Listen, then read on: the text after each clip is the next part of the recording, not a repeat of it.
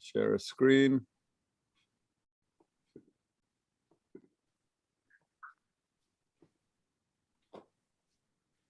Okay. And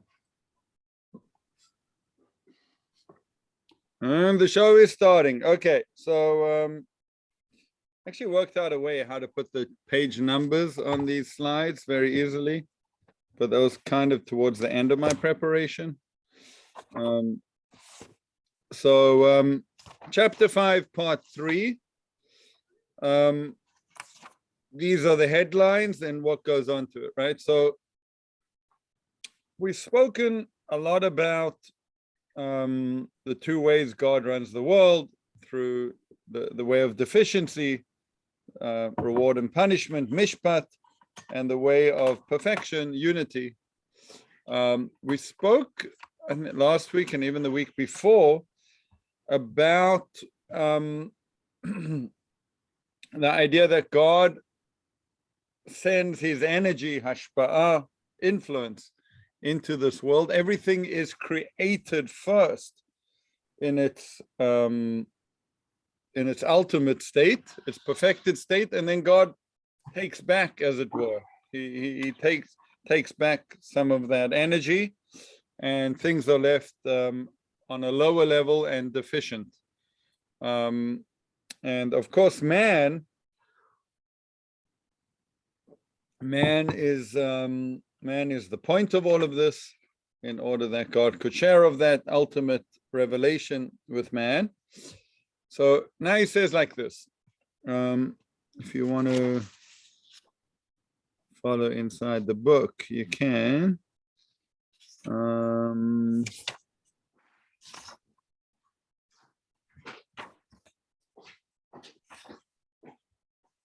Yeah, on page 283. This would be on page 283. God wanted man to affect all the numerous elements of this system. Everything would be driven by man's movements and actions. Therefore, all the elements of the system form part of a vast mechanism, like a clock, with interconnecting cogs, enabling one small cog to dictate the movement of many larger ones. In this way, God interlinked all the elements of his creation through a system of powerful connections, and linked the entire structure to man. Man, through his actions, would be the moving force, while everything else would be drawn after him. So this is the Jewish idea of ultimate responsibility. Man is responsible for the world because it really all depends on man. And we're going to get to in the next chapter, it depends on which man and when man and how man, but it really does boil down to man. So the story is told. Let's see what funny picture I found here. Oh yeah, there you go. Right, well, it's not so far off. It's not really the computer that's doing it. It's the neshama, right? It's your neshama is really connected like that. That's the what's called the gadlut ha'adam, the greatness of Adam. You find that in you find this in many ways, right? We've spoken about the Kabbalistic structure being in the form of man. We've spoken about, I think, the temple and the whole structure being a microcosm of man, or designed in a way that, right, parallels man's design. Tselem Elokim, we're in the image of God, right? Just as God is creator. There was a great Lithuanian sage, the Rav Chaim of Volozhin. So he started the Volozhin yeshiva, and he wrote a book because he was a student of the Vilna Gaon. So it was just after the Hasidic movement really got going. And as you know, the first Lubavitch Rebbe, the Balatanya, and the Vilna Gaon were very much at odds. So the student of the Vilna Gaon, Rav Chaim of Volozhin, he wrote a book. Really, it was kind of the Litvischer answer to Hasidism, where he wanted to use very deep Kabbalistic ideas, etc. But his main point was that you don't have to change Yiddishkeit. You don't have to change what you do. Keep doing the mitzvot. The Hasidim were doing they were innovating. They weren't innovating just Jewish ideas. They were innovating Jewish action. And his answer was, no, you don't have to innovate Jewish action. You just have to understand better what Jewish action does. So when we sit here and we learn Torah, the worlds, right? There are supernal worlds, there are spiritual worlds which are being enlightened right now, and that has an influence on the world at large. This man, apparently, I don't know if this is a realistic picture of him or not, but I like it. I keep it under my computer. When I'm watching things I should not be watching, I look at him and he tells me, Nitzan, move on. And I do. So, so he, Rav Yisrael Salanta, used to tell his students in Vilna, he said, when you pick up your head from the Gemara in Vilna, some kid in Paris is running off with a Peruvian. So you're all connected. So the Jewish people are connected, the world's connected. It's really a very holistic system, from physics, the conservation of energy, and the idea that there's really it's a world where this energy is here and it's moving around, and it depends but it's all connected. It just moves from form to form, etc. So this is a very big, very, very big idea. Okay, so what do we do now? Remember, this is kind of part of the conversation of what's called Ra, of evil, right? The nature of evil and what the role evil is taking in the world. So he says, the whole structure of evil that we described above, part 2 of this chapter, is included in this interconnected mechanism. Although evil by itself is purely negative and destructive, right? It's bad. When it is combined with all the other parts of the mechanism, it becomes a source of great benefit to man. So ultimately it plays a positive role. Through the existence of evil, he acquires all his merit and has the ability to serve God. And that's been his theory throughout the book, right? If God created this perfect world, there would be nothing to talk about. But now that there is a deficient world, man gets to choose, because it's not clear, right? In the imperfect world, there's a lack of clarity. And so we need to make real choices. And there's a moral choice that we can make at almost every stage. And that becomes our merit. That will be our merit. And that's how it fits in with the whole, what's called yichud, the unity of God. Because ultimately, we'll see part of the purpose of this. Its purpose is to be conquered and not to conquer. So it's beautiful Hebrew. For those that like Hebrew. Where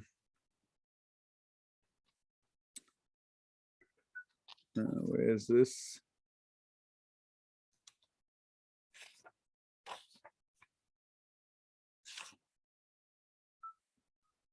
Right? Lo nenatzeach ela lehinnatzeach. Right? You got to get your grammar right for this one, right? It's not that evil should conquer, rather it's made to be conquered, right? So the deficiencies, these are all obstacles. These are ways for us to conquer them. And now he's going to go into 5 specific benefits to evil in the world.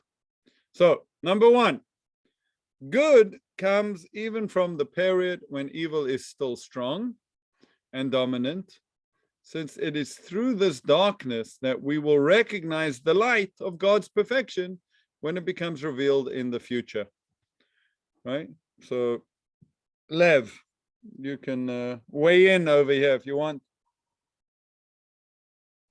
That light is really perceived from darkness, right? You're a photographer, so yeah, you understand sometimes if you have a really dark place and then a little bit of light, you can see things much clearer.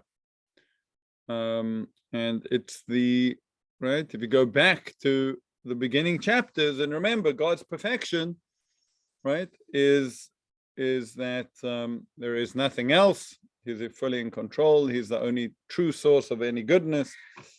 So all this darkness is there just as a frame for that ultimate revelation.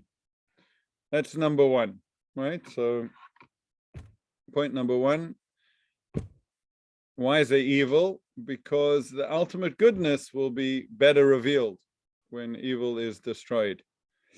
Number 2, the existence of evil and its negation is what enables us to define the truth of God's oneness. Did I start recording this? I did. The existence of evil and its negation is what enables us to define the truth of God's oneness in all its aspects, right? So now, this is kind of building on the previous argument, right? The previous argument was we'll come to really see God's oneness clearly. And now he's saying, well, not only clearly, but in all its aspects, as I explained above, chapter 2, part 3. From this point of view, the darker the world becomes, the greater will be the revelation of the truth of God's oneness when this evil is destroyed, because that's the definition of the unity. It's, right, ein od. There's nothing else. So the more else we see, the more we'll see that it's not. So that's I would say 1 part A and B to see the different facets. This is a picture I took of me working out earlier. Kind of got my daughter to take it for me. So evil is of benefit to the person who's actually being tested by it. As we see in the sage's parable about the harlot and the prince, is that's the, okay, that's really what he said in a general sense before, but I think what he means here is that the evil gives us the friction. The evil gives us a challenge for us to overcome, to build, to become better, to elevate not only ourselves, but the entire world. So that's number 3. Number 4 is evil provides man with a real opportunity to serve God and do good, as he can perfect the world through his actions and remove the deficiencies that exist within it. In this way, he becomes, in a certain sense, God's partner in creation. So, right, if there was nothing left to do,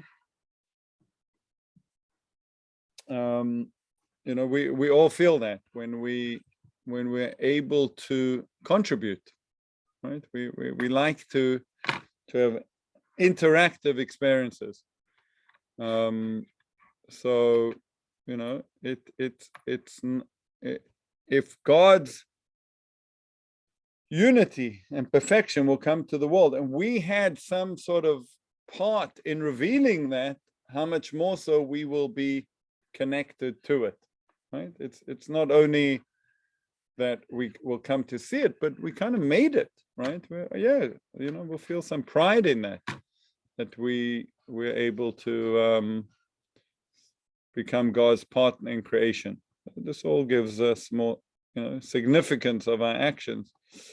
Okay, and now the last thing, number 5, he says, I Googled, it's very interesting. It was fascinating. I Googled people praying in Auschwitz, and all I could find was Muslims. There were a lot of Muslim prayer groups.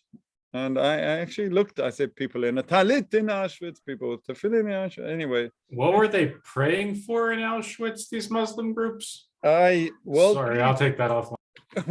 World peace, and that it should never happen again. Yes. That's great to hear. Okay, good answer. Yes. And so anyway, this guy, that's meant to be in a pretty bad place, apparently. Not sure it is, but it's what it looks like. Okay, what is it? Back in the farm. I'm sorry. Turn that off before. It's such a good. Family must hate you. Thank you. Yeah, that's very perceptive of you, Jason, because they do. But I told you I teach a Beth Tefillah. And my 8th grade, they just on the floor. I try to remember to turn off my phone. I'm just waiting for the day that when I'm in shul one day, it's going to go off, and that's going to be the best. Okay, okay. This itself is the test to see if people will remain steadfast in their faith and not deviate from the firm conviction in their hearts that he is a faithful God with no injustice. That's our belief. But even though we do not understand his ways, of this it says the righteous man will live through his faith, as we've already explained. This situation, which results from the concealment of God's perfection, is actually a great source of benefit to man. Meaning, part of the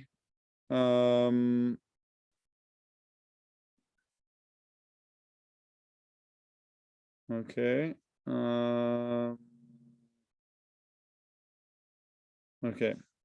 part of the benefit of there being a deficient world is that it doesn't look like there's justice, right? It doesn't. Where is the kel emunah v'lo avel, right? Where's the God? Where's the faithful God with no injustice? Now, we don't see that. Does that mean it's not existing? No, it is existing. That for sure is, according to our faith, right, is existing. We can't see the depth of it. We can't seem to get clarity about that. So he explains that this is of tremendous benefit for the tzaddik, right? Because if you're able to maintain your faith, even though it doesn't look like it, it's the nearest thing to doing God a favor, right? I mean, God, it doesn't look like you're here, and it doesn't look like you're doing what you're meant to be doing. But I'm with you. I'll stick it out. Not sure. We shouldn't have to see too much of that. But I guess that's what it meant to keep your faith through the Holocaust. Who could stand that? Who could stand that challenge? But apparently there's place for those that can stand it to benefit a lot by that. Okay. So those, these are great things to remember, by the way, to try and go over this and really commit these things to memory, because they're important, right? The clarification, light will be clearer when it's revealed through darkness. All the aspects of God's oneness, meaning everything it's not, the more that we know that it's not, the clearer it will become. the fact that the evil in the world, and generally the evil within us, right? The evil temptations is that which gives us our greatest merit. We've got the opportunity to partner with God in fixing this world, and that one needs to practice faith, or through one's practice of faith, emunah, being faithful to God, even though it doesn't look like it. There's great reward. Okay. I would, all of these things are basically saying one thing. Context matters, right? It depends where we are very used to looking at the world, through one window. But there's a huge, complicated system going on over here. So once you understand that system, and now I hope it's kind of becoming clearer to me why we needed 291 pages before we got to page 292 in this book, because he really built the system. He really built this incredible system. And now you see, wait, I'm looking here in this window, but there are a lot of other windows where, things will become clearer. So even though its own nature, it's talking about evil, is only to harm, once it becomes part of the entire mechanism that God put into place, so as to perfect the world, it will become a vehicle for good. And that's what we find. That's what we find the rabbi saying, right? Gamzu latova. This is also for good. Kol man da'avar rachmana latava. Everything God does is for good. Baruch Hashem, just like you make a blessing on the good, you make a blessing on the bad, because it does ultimately play a good role. Okay. That's chapter 5, part 3. Anyone want to make a summary, questions, comments?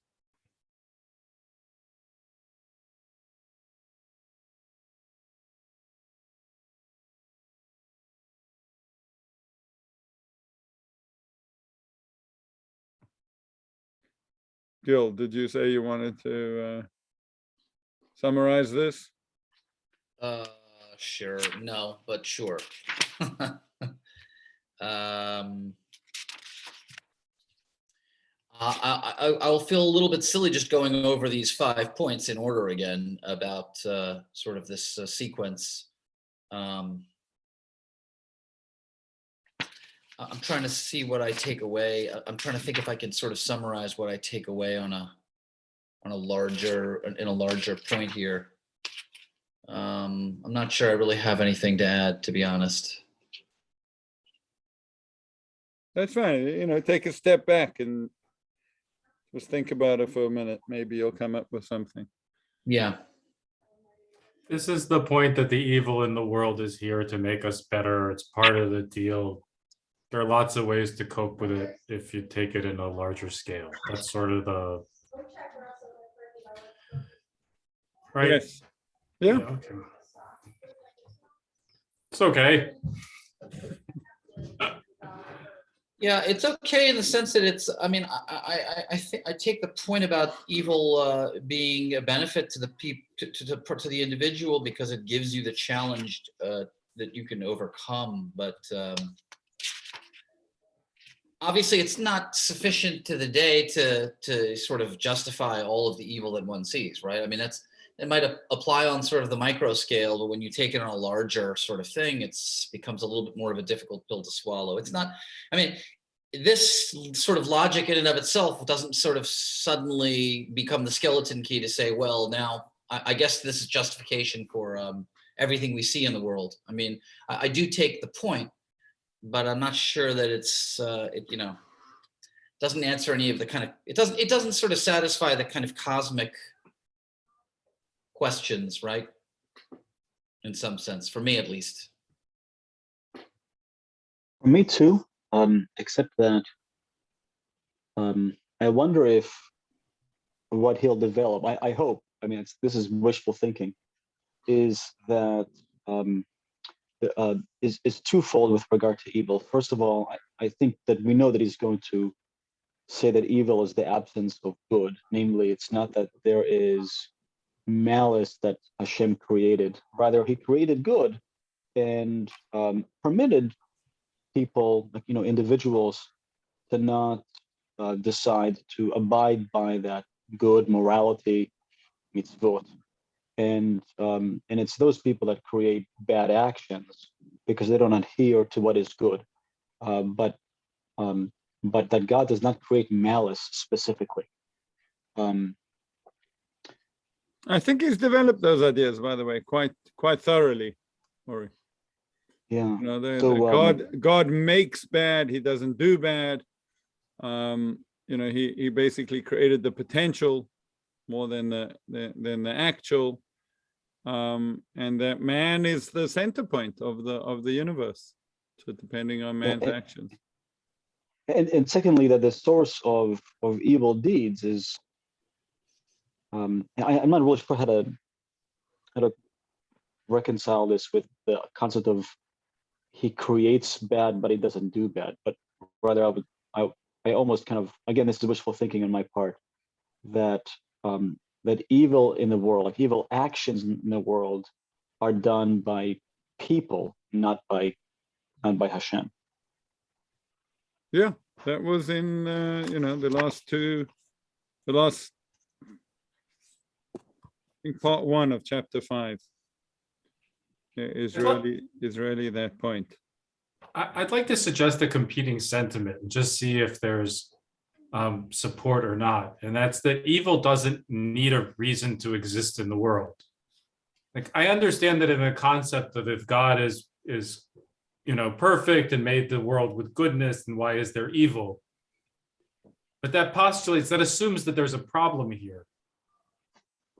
Right? An alternative is that there's just evil in the world. It's just like there's matter or rocks or trees, and you can explain it through creation or not, but it could just be a fact of existence. It's almost like a magnetic thing, or like if there's going to be a positive, there has to be a negative. And the further away you get, it's just like, it seems so natural that if there's going to be things that are so good and great for you or for mankind, that there's also like equally the most absurd, horrible, like horrific stuff. It seems like if there's going to be light, then there's going to be darkness, and they're like inextricably linked. Like you cannot, or at least for this existence, we can't separate.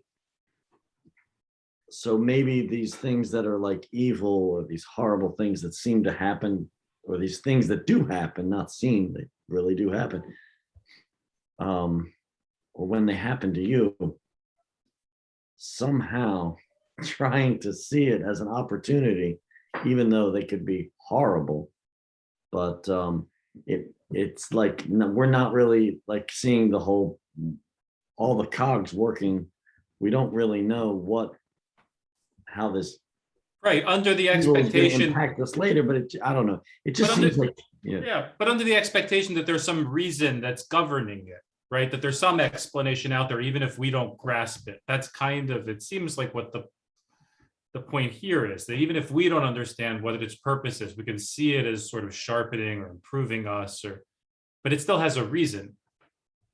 It's purpose driven as opposed to just being accidental or incidental or even just a characteristic. I don't know. I think that what I am hoping to have a revelation of is that the evil is much more innocent than created malice for us to learn from.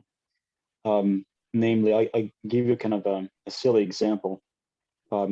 Suppose that there's no light and I'm walking around and I keep bumping into the same tree, and it just hurts. Every time I bump into it, it hurts because, physically I'm bumping my head on the tree, and I'm doing it because there's no light.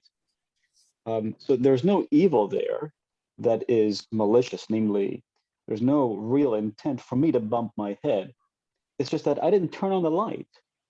If I turn the light on, then I see the tree, and it's actually quite beautiful, and I avoid it. But if I turn the light off and I keep bumping into it, eventually I'm going to break my head. So that's kind of like a on the spot little cartoonish story that, from my innocent wishful thinking point of view, would wish that there isn't a negative polarity like Lev is describing, where magnetism there is positive and negative, and they're quite opposite. Rather, there is presence of light and absence of light, which is called darkness. Or darkness is not an evil; it is an absence of good. And if you are just, if you're stupid enough or whatever, to not turn on the light, that exists. You could flick it on. It's called mitzvot, and dvekut b'Hashem, sticking onto God. Then you're just gonna bump yourself onto the tree, and that is bad. It's bad for you, but there was no malice ever created. So in the magnetism example, for example, that Lev gave, there is no negative polarity. You could say Right, it's there's just also the absence of- absence of positive charge. I mean, it's just, you don't ever have to say it's evil. It's just absence of light or darkness, but you can call it something else. It's cold. No, it's just the absence of heat. Cold Yeah, doesn't exist.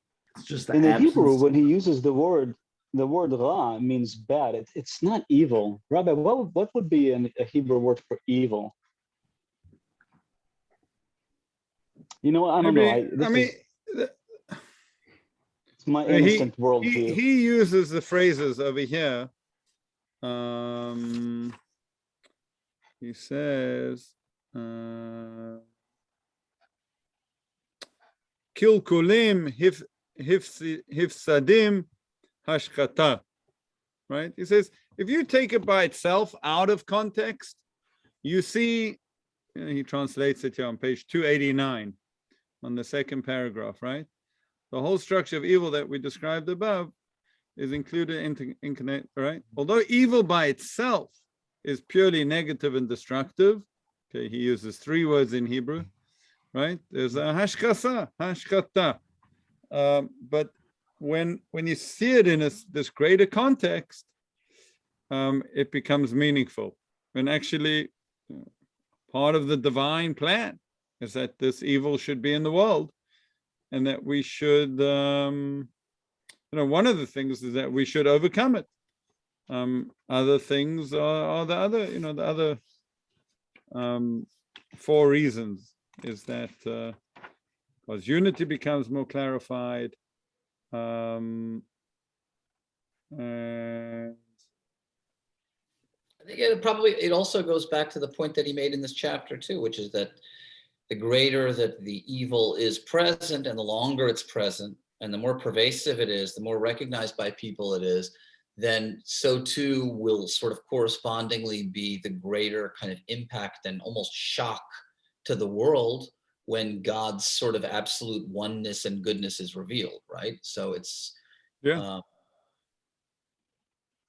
it's ultimately, it's also, it's like anything else. It's like a hold on, wait and see. I mean, we're we get a little snapshot. It's like a little snapshot of the universe in a split freeze frame second. And we don't get to see the cosmic kind of timeline where it's almost, that's the whole point, right? I guess that it's supposed to be around for that long so that when it's vanquished, the sort of shock will be that much even more. And I guess that is sort of that, the sort of the recognition that will be universal, right? Universal. Right. We have not experienced that. I think part of the Torah and part of our learning is to educate ourselves about it, that we can at least have the wisdom about it. Right. Going back to your point, Dan, you could argue that, but I'm not sure that's a fair argument, because he's really trying to explain it.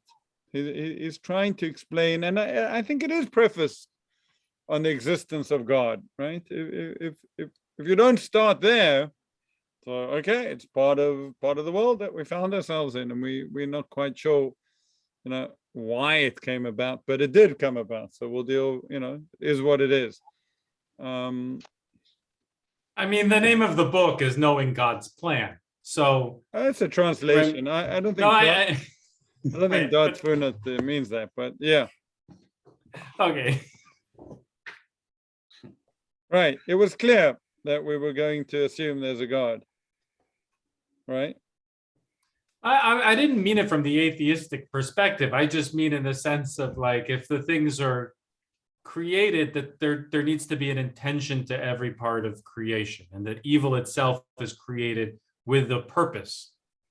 That there's this purposefulness to all aspects of creation, and that it has this very mechanistic structure as described here. It's almost like a clockwork conception of the world. Yeah, I mean, it is. He even that's what he's uses building. this, right. That's the way he's building it. Okay. Fine. Let's go on to chapter 6, part 1. It's actually a much longer chapter. But it's pretty, let's see. Okay.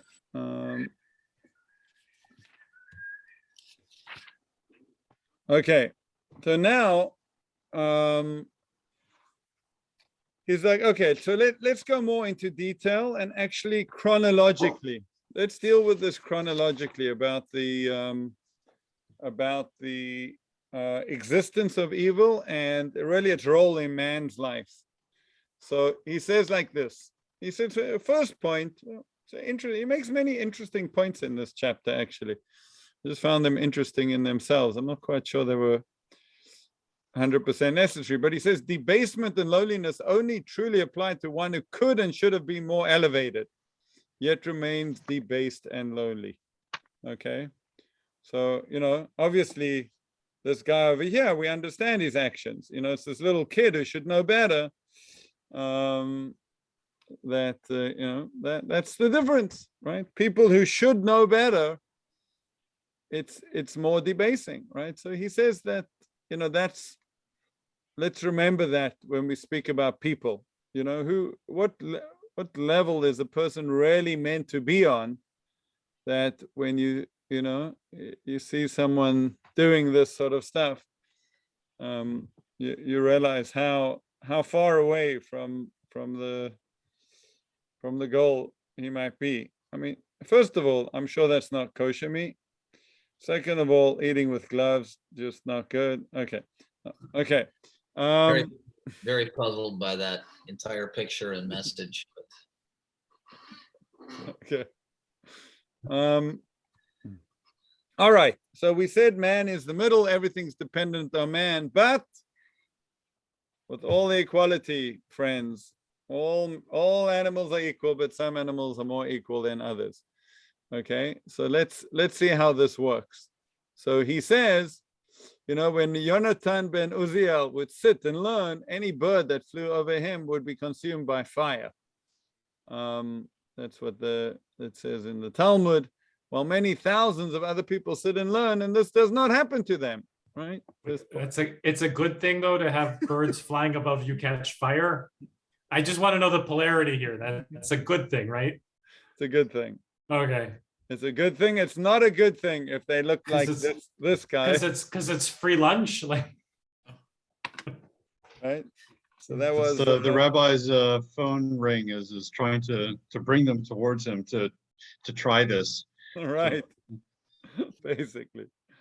You're Okay. luring birds. So why above us right now there are none of the birds that are flying on top of us are being consumed is because we're not on the level of Yonatan ben Uziel, right? He was a very holy man. He had worked himself up.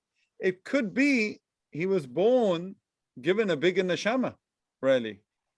Okay, so there are many, and now he says a different thing. Not only it's also got to do with the nature of the action, right? Our sages have said, greater is one person who performs an action when he is commanded than one who performs an action without being commanded, right? And he says something outstanding here. He says, when a person performs an action commanded by God, he helps perfect the entire creation. Whereas someone who is not commanded cannot achieve this, even though both of them may be doing the same thing and have the same intention. The word mitzvah, right, comes from the root tzava, right? Tzavat, tzav can be a connection, right? A tzevet is a grouping, right? That it's that everything is connected. So the word mitzvah is really God connected us, right? By commanding us, by giving us these things. God basically is saying, okay, you with that action is going to affect the entire world, right? If he didn't say that to you, so then, you're not doing it. You might be doing something good, not, it doesn't say you're not doing anything, but it's not going to have that greater effect. So he says this is the segula. This is what happened when God gave us the Torah. Generally, as okay, before he differentiated between even Jewish people, but really there are many different levels in the power and effectiveness of people's actions, depending on the status of the person, the nature of the action, the time when its action is performed, and many other accompanying factors, right? So the person, what they're doing, and when they're doing it. This is all a consequence of the unique power. This is all a consequence of the unique power that God gave the Jewish people at Mount Sinai. That was an investment, not only to command us to live in a certain way, but in order to uphold and carry out the entire Torah and all its mitzvahs. If not for that, their deeds would not have the special ability they now have to bring the entire world to a state of perfection. So, when God says to the Jewish people, you're going to be a mamlechet kohanim v'goy kadosh, and you're going to be a kingdom of priests and a holy nation, he was telling them, you are going to be the people that are going to bring world perfection. I'm giving you that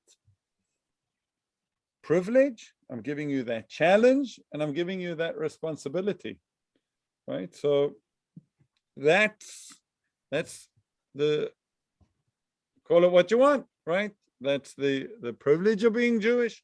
That's right. All three things that came through the Sinai experience. That's what happened there. That's the real significance of it. Now, he wants to say something interesting here. Maybe before we get there. Okay, so he